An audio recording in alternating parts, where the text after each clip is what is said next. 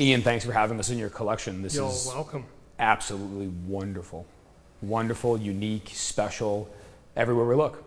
It's a fun room, you know, when you've got a bit of a car addiction.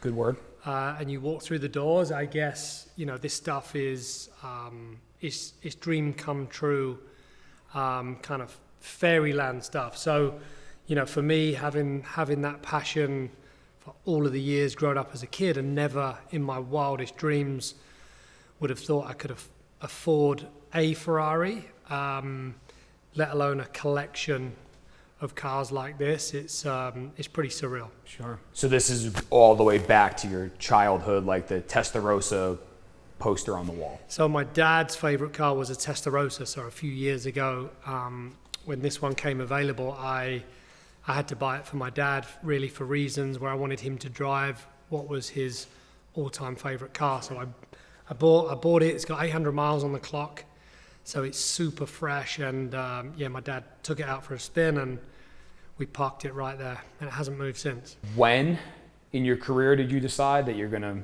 or why would you buy one, and what was it? Well, you know, that was a you know, kind of when I go back to getting my tour card to always wanting my first real cool car. So I would have said a Nissan GTR R34 was, for me at the time, the big blue fin on the back, the electric blue. That for me at the time when I was sponsored by Nissan was a cool car. And really, when I got that car in 2000, it was, okay, now I've got the bug. This is a real car. It's 0 to 60s quick. It handles great. It actually stops. It kind of stops. It's a bit heavy, but I mean, it kind of stopped eventually as soon as you take your foot off the gas. But, you know, for me, it was always, you know, where can I take my car game to, and how can I fulfill the passion that I have for motorsport? So the car guys at Orlando, they know you're an enthusiast. They know you're active. You've been. We go to Cars and Coffee all the time. They're saying. In fact, there's one this Sunday. Just it's only about 2 miles down the road, and you know, there's a great group of collectors, car enthusiasts. You know, there's cars across the spectrum, and that's great about a Cars and Coffee. It's you know, it's always held in a nice, spacious place. We got great people who love their cars. There's some regulations, which is nice. Yeah, nobody's doing burnouts or donuts or revving or that kind of stuff. So it's done in a respectful way. They raise money for charities, Which is always good. which is awesome, which we love. We always love the charity aspect. Vince normally attends as well. He's been down there a bunch, and they're just good people. There's a gentleman behind you who's looking at me with his hands open. Anything special in this building that connects directly with him? Enzo. You know, when I think about Ferrari and I think about the heritage, dating way back to the original Ferrari race car, to him in the bread bin car, which is on the wall behind you, and to see what he meant for Formula One and motor racing, and Ferrari as a brand, to grow that brand to what it is today. You know, I think the last car that he had association with or saw or was part of the design aspect was the F40. So from the original 288 GTO, which was classed as the first supercar, which the car behind us is the car that he drove to Jack Suarez to deliver it to him, to the F40, which was the last supercar that he saw produce. You know, I think today he would be pretty proud to see where Ferrari's gone today as a LaFerrari, as an SF90, as the, you know, the cars, the F50, the Enzo, namesake car. You know, I think he'd be pretty proud of where they are as a car company today. I think the race team, you know, we're 2020. The race car's not quite as good as it was back in the day, and I think, you know, Ferrari, through their race history, have had their ups and downs. They've been super dominant, and they've had struggles. And the race team right now is going through their little struggle time. But the brand is so strong that they'll figure it out, and they'll get that portion of their business back to where it needs to be. And I'm sure at some stage they'll win another championship, and they will do Enzo proud of what what brand he kind of nurtured and grew to the brand it is today. So you've been a car guy for a very long time. You probably have tried and used almost every product under the sun. What brought us together? Why are we here? There's a number of reasons. Being a car fan and being a fan of making sure your cars always look nice. You know, you're always kind of striving to use the best equipment, the best products, and use the best people to maintain what you absolutely love. So, you know, being based in the UK for a number of years and moving to America, very close to my home back in the UK, is Gtechniq's headquarters. So it's 20 minutes from my house. I understand about the product. I know how good they are from a detailer's perspective because of the detailers that are actually using the product. So for me, there was a synergy. As someone based in the UK, lives in America, has some nice toys, and I want to make sure and maintain that they have, you know, all of the aspects of the car looking as good as they possibly can. I'm really OCD. I love looking at, you know, nice shiny paintwork, and, you know, I kind of illuminate the cars in a way where if they're not cleaned properly and they're not detailed properly, you see then it all. this light's going to show everything. So, you know, I stopped cleaning the cars myself a number of years ago, just A, because I didn't have enough time, B, because I couldn't do it as good as Vince, my detailer today, and it's his life, it's his passion, it's what he knows as his business, and I'm not going to ask him to hit a golf ball for me, so I'm not going to ask, he's not going to ask me to clean the car. So he does a great job. He's been with you for quite some time. Yeah, we've been together now for probably 6 or 7 years, I think.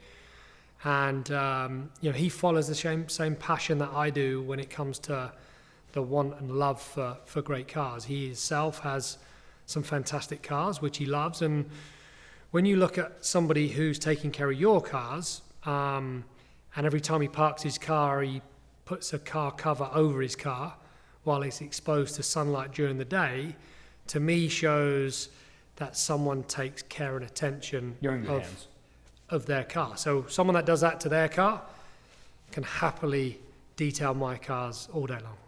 So 6 years ago, you were custom fitted for a very special Ferrari. Could you tell us what that entire experience was like? The process was amazing, and at the time, having a 280 GTO F40 F50 Enzo, and kind of the missing link was the all-important LaFerrari, was nervous times from a collector who needs to be invited to buy the car. You know, I was kind of, I was always on edge, am I going to get this invite? Yes, I've got some amazing cars, but, that for me at the time, and benchmark, when you look back to the last supercar they made in 2002 was the Enzo. 13 years later, all that time had passed without there being number 5, the next one in the collection. Technology just went crazy in that time, and we go into part electric, strapped onto the back end of a V12. So, to get the invitation to go to Maranello to spec what at the time was just the most incredible car Ferrari have ever built, was an absolute honor. So I remember, arriving, going to the Atelier department to go and, spec out all of the stuff that you can spec on the car. Ask what color you would like. I had to keep it in the red, but I wanted to make the inside just a little bit different to the other red LaFerraris. You wanted to make the inside Ian. We wanted to just twist it up a little bit, right? You don't want to, you don't want it to be the same as everyone else's red LaFerrari. And I would have thought at the time red would have been the most popular color of choice, which it normally is anyway. So we added some gator skin inside the car across the dashboard on some of the parts of the seats, the armrest, the door handle. And if you ever got rid of this one, it wouldn't be hard to find. No, there's only one. There's only one that's got gator skin inside, so it'd be pretty easy to find it. The way I look at it, there's a all-time wish list of cars which I absolutely love. And it's not just Ferrari. You know, when you look through some of the best supercars in history, McLaren F1 is the benchmark, really, which I think was one of the supercars that changed supercars of today. It kind of really was way ahead of its time. So, you know, to buy that car today, you're talking $20 million plus. So again, you know, it's not realistic unless I go and win the FedEx Cup, which you know, hasn't happened, and I'd love to. But you know, there are so many significant cars in the world that would always attract me, and they're eclectic. E-Type Jaguar, you know, from a collector's standpoint, looking at some of the cars we have here, it's a very doable thing to add that to the collection. You know, a Mercedes Gullwing. You know, I love my Mercedes. I'm sponsored by them, and I drive them as my daily drivers. The family drive them. They're great cars. And when you look at that, you know, the Gullwing from back in the day, what a great looking car. So there's so many cars that through the years I've always had a love for, or attention to detail of why I love that car. I'm not sure I'm ever going to be in a position to fulfill that list. Can you show me the neighborhood in one of these? Sure, no problem. I think what we should do is I'll grab the bucket of keys, and we do a lucky dip. See how that works out. I love that. Let's see. TDF. All right. Let's do this. We'll take it.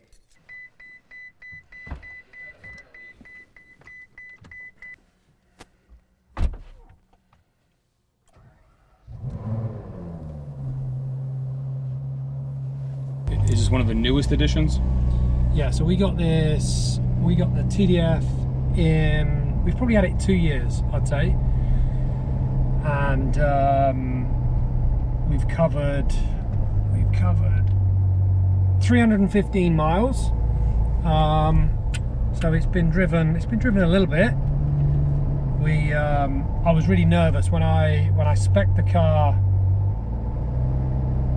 about three and a bit years ago with Luke. I took Luke over to Italy. We went into the TaylorMade section and sat down, and I again wanted to be like, I want to do something unique, Luke. Let's find a colour that's different to the norm of colours. I don't have a blue car, so I'm like, I really fancy blue. So so let's go with the blue. And I found this blue on their whole array of blues, and I asked Eleanor in the department, I'm like, how popular is this blue? Is it kind of, she said it's a new matte blue that we have. It's not really been used that much at all. So I'm like, done, we're in, I'll have it. Let's do that blue. That'll be awesome. Thank you, thanks for coming. For everybody at home, hope you enjoy. There's a reason why we support good people and they support us, Gtechniq. Happy to have you guys in the house and the museum to show you guys around, and you guys will be seeing some cool content soon.